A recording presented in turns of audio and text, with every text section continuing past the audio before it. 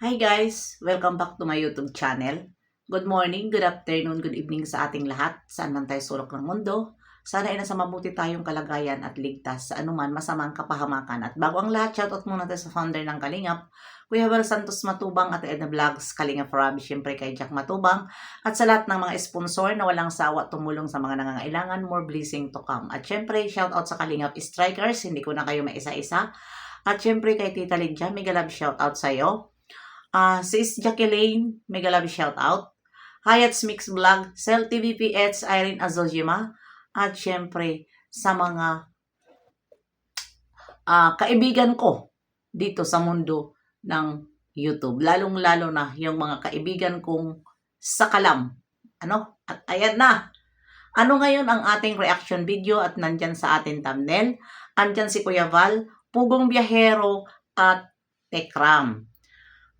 Lilinawin ko lang po ang lahat na mayroon nagpapakalat na isang super sinungaling na matanda at alam nyo na kung sino ito na kalaban namin sa strikers na hindi makamove on na ni-remove ni Kuya Val sa strikers. At ngayon ay nagkakalat ng mga fake news at mga puro kasinungalingan at nananawagan siya na si Kuya Val daw ay pinapasiraan si Pugong Biyahero at Tekram. Ito lang ang masasabi ko sa iyo, matandang paurong, lasinggera, maglabas ka ng proof, ilabas mo yung conversation, huwag mo kaming i-blackmail at hindi kami takot. Dahil walang Kuya Val na nagsabi niyan na ginagawaan mo ng istorya. Ginagawaan mo si Kuya Val ng istorya. For what? Sino pa ba ang maniniwala sa'yo na ikaw ay sobra ka, may tililing, lalong-lalo na kapag nagre-reaction ka na mayroon kang alak na tinutungga dyan sa kusina mo na panay alis mo. Kaya iba-iba ang statement mo at puro paninira na walang laman sa utak mo dahil hindi mo na alam ang pinagsasabi mo. Sinabi mo yan sa akin.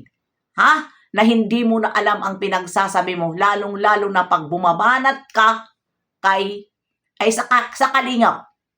Nagtatanong ka sa akin, bumanat ba ako, bibi? Di ba?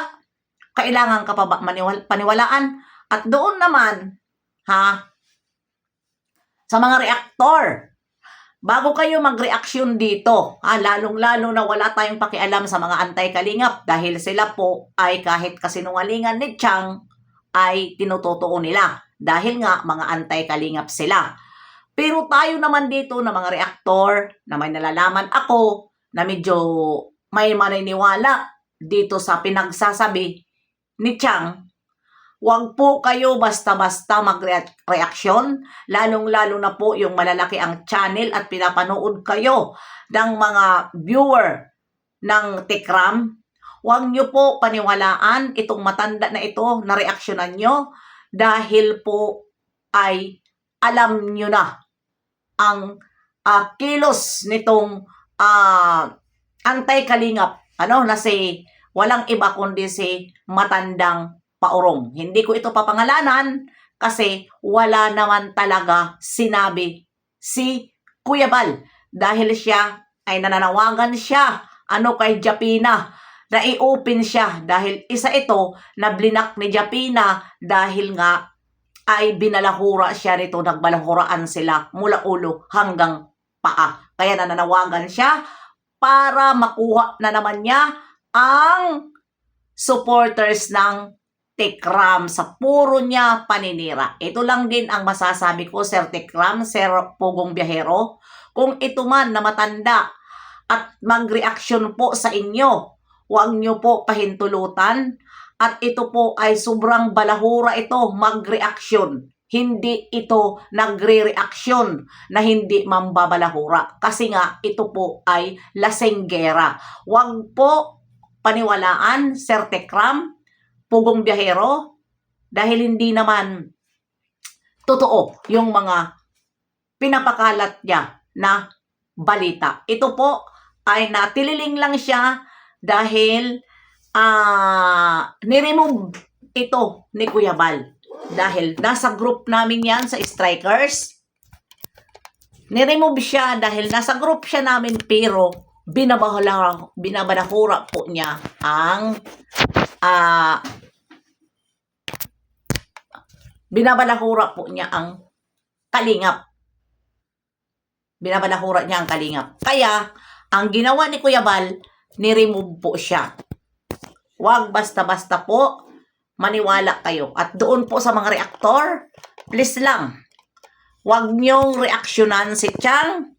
Bago kayo mag-reaksyon,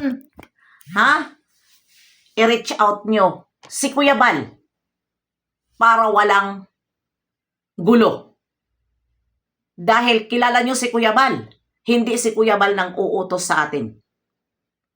Itong tangi lang na matanda ang nagkakalat ngayon ng puro kasinungalingan ang mga pinagsasabi at wala naman siya pinapakita kundi ginaganon lang niya ang cellphone niya tapos nakuhaan ko siya ng proof. Ang pagbasa niya ay dinadagdagan niya na kahit wala naman doon sa conversation, binabasa niya may dagdag. Dahil bakit ko siya nasabihan na sinungaling at nagdadagdag? Doon sa group, kung alam nyo, di ba kami ni Japina ay hindi kami okay. Nagbabalahuraan kami ni Japina. Ang sabi ko doon, babanatan ko si Japina. Ang sabi ko, Chang, sumunod ka. Kung banatan ko kasi alam ko na nagbabalahuraan kayo. Kaya kita ginanyan dahil alam ko hindi kayo okay. Pero ano ang pagbasa mo? Dinagdagan mo na, babanatan ko si Japina, sumunod ka Tita Chang dahil pagod na ako. Ako magsabi ako ng ganyang pagod? Anong akala mo sa akin? Mapapagod ako sa pakipaglaban? Hindi ako mapapagod. Huwag mong dagdagan. Wala akong sinabi na pagod. Kaya doon ko napansin na super sinungaling ka. Wala akong sinabing pagod. At huwag mong idamay-damay si Kuya Bal dahil si Kuya Bal hindi po siya nakikisali sa ating mga nandoon si Kuya Bal sa loob pero hindi po siya nakikisali sa mga kismisan natin. Maglabas ka, hahamunin kita. Dahil ugali po yun ni Kuya Bal. Nandoon kapag siya ay may mga GC, lalong-lalo na binuo niya, nandoon siya lahat. Pero lahat ng GC, kung anuman ang mga alitan doon o anuman, hindi yan nakikialam. Kaya wag mong gawa-gawaan ng istorya si Kuya Bal kung ikaw ay nawala ka na sa Kalingap. Dahil kilala ka na sa kalahatan. Kaya ako nag-reaksyon ng ganito at nananawagan doon sa mga reaktor, na nagko-content kay Tekram. Wag na po nyo reaksyonan itong matanda dahil nandito ko tayo sa loob ng Kalingap kung gaano na natin ito kakilala na matanda na super sinungaling. Nag-ano ka? Ang akala mo siguro, tanga-tanga si Tekram? Tanga-tanga si Pugong Biyahero? Tulad dyan sa mga anti-Kalingap? Tulad dyan sa mga naninira kay Tekram? Sumali ka na lang doon sa naninira kay Tekram. Total yan ang mga utak ninyo. Wala kayong nakikita na kabutihan dito sa mga charity vlogger, kundi ang iniisip nyo panira. Tulad kayo, di ba ano kayo nila Jose? Ikaw matanda? Di ba magkaisa kayo nila Jose? Yan ang mga utak nyo. Tapos sisiraan mo si Kuya Bal. Sumama ka sa mga utak talangka. Huwag mong siraan si Kuya Bal. Dahil di ba, umalis ka dito sa Kalingap dahil nga Kalingap ka, ginamit mo ang Kalingap. Tapos ang ending, binanatan mo ang Kalingap kung hindi ka ba naman may sakit na amnesia. Tapos magtatanong ka sa akin kung totoo ba na binabanatan mo sila at Edna Kuya Bal at Kalingap Rab. Diba? Grabe ka. Sobra ka magsinungaling. Nakakahiya ka. Marami kami doon. 10 kami doon. Walang kuyabal na nag-utos sa amin, na banatan, na sinisiraan, na utusan, na birahin na sino kami na para bumira kay Tekram. Anong akala mo sa amin? Binibira nga ngayon ni, nagiging defender nga ngayon si Kuya Bal ni Tekram nang dahil kay Jose. Tapos magsasalita na ka ng ganon? Ay! Mahiya-hiya ka sa pagmumukha mo, napakatanda mo. Hindi mo pa rin nilalagay sa pagkatanda yung edad mo. Bakit ganun ka? Super sinungaling ka. Huwag kang magsinungaling. Ha? Huwag kang magsinungaling. Dahil nakakahiya ka. Ang galing mo mag-translate ng mga message sa'yo. Galing na magaling. Super magaling ka. Pag binabasa mo, ang galing mo. Kaya, yan ang masasabi ko lang. Ha? Sinungaling ka. Walang utos si Kuya Bal at hindi si Pugong Biyahero, tanga-tanga at Tekram na maniniwala sa tulad mo, lasinggera kapag nagla-live. Kaya Sir Tekram, Pugong Biyahero, tingnan nyo itong matanda pag nag-live. Mayroon po yun, tinatago na alak. Kapag nagla-live yan, panay ang alis kasi nga panay ang tungga. Kaya wag paniniwalaan. See you!